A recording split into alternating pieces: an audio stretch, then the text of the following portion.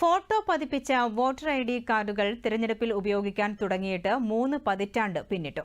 വ്യാജ വോട്ടർമാരെ പൂർണ്ണമായും ഇല്ലാതാക്കുക എന്ന ലക്ഷ്യത്തോടെയാണ് ഫോട്ടോ വോട്ടർ ID കാർഡുകൾ കൊണ്ടുവന്നത്.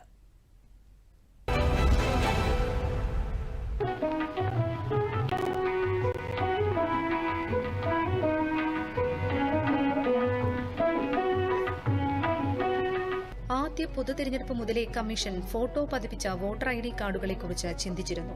എന്നാൽ 35 വർഷത്തിന് ശേഷമാണ് ഇത് യാഥാർത്ഥ്യമായത്.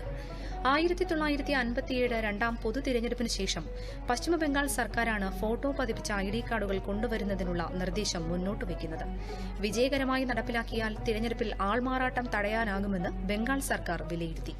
ഇതിനെ തുടർന്ന് കൊൽക്കത്തയിലും അതിന്റെ സമീപ പ്രദേശങ്ങളിലെ മണ്ഡലങ്ങളിലും വോട്ടർമാർക്ക് അവരുടെ ഫോട്ടോ പതിച്ച തിരിച്ചറിയൽ കാർഡ് നൽകാൻ സർക്കാർ നിർദ്ദേശിച്ചു. അന്നത്തെ മുഖ്യ തിരഞ്ഞെടുപ്പ് കമ്മീഷണർ സുകുമാർ സെന്നും ആശയത്തെ പിന്തുണച്ചു.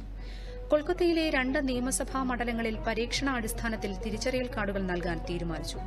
വോട്ടർക്ക് നൽകുന്നതിനൊപ്പം കാർഡിന്റെ ഒരു പകർപ്പ് തിരഞ്ഞെടുപ്പ് ഓഫീസിലും സൂക്ഷിക്കുകയും പോളിംഗ് സമയത്ത് ഇതുവച്ച് വോട്ടറെ തിരിച്ചറിയാനും ഉപയോഗിച്ചു. ഇതിനായി 1961 ജനപ്രാതിനിധ്യ നിയമത്തിലുൾപ്പെടെ സർക്കാർ ഭേദഗതികൾ കൊണ്ടുവന്നു. ഉപതെരഞ്ഞെടുപ്പ് നടക്കാനിരുന്ന കൽക്കട്ട തെക്കു പടിഞ്ഞാറൻ ലോക്സഭാ മണ്ഡലമാണ് പരീക്ഷണത്തിനായി തിരഞ്ഞെടുത്തത്. എന്നാൽ ഇവിടെ ആകെയുള്ള 3,42,000 വോട്ടർമാരിൽ 2,13,600 പേരുടെ ഫോട്ടോ മാത്രമേ പകർത്താൻ കഴിഞ്ഞുള്ളൂ. ഇതിൽ തന്നെ തിരിച്ചറിയൽ കാർഡുകൾ വിതരണം ചെയ്തതാകട്ടെ 2,10,000 വോട്ടർമാർക്ക് മാത്രം. 8ൽ 3 പേർക്ക് മാത്രമാണ് കാർഡ് നൽകാൻ കഴിഞ്ഞത്. സ്ത്രീ വോട്ടർമാരിൽ ഒരു വിഭാഗം ഫോട്ടോ എടുക്കാൻ വിസമ്മതിച്ചതാണ് ഇതിന് പ്രധാന കാരണം. വീടുകളിൽ ചെല്ലുമ്പോൾ പലരും ഇല്ലാതിരുന്നതും ഫോട്ടോ എടുക്കുന്നതിന് തടസ്സമായി. രാജ്യമെമ്പാടും ഫോട്ടോ ID കാർഡുകൾ നൽകുന്നത് പ്രായോഗികമല്ലെന്നും ചിലവേറിയതാണെന്നും അന്നത്തെ തിരഞ്ഞെടുപ്പ് കമ്മീഷണർ KVK സുന്ദരം തന്റെ റിപ്പോർട്ടിൽ എഴുതി. എന്നാൽ പിന്നീട് 1979 സിക്കിം നിയമസഭാ തിരഞ്ഞെടുപ്പിൽ ഫോട്ടോ പതിപ്പിച്ച തിരിച്ചറിയൽ കാർഡുകൾ ഉപയോഗിച്ചു.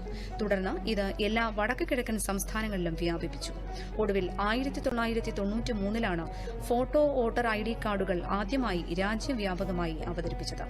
Election desk, Doordarshan.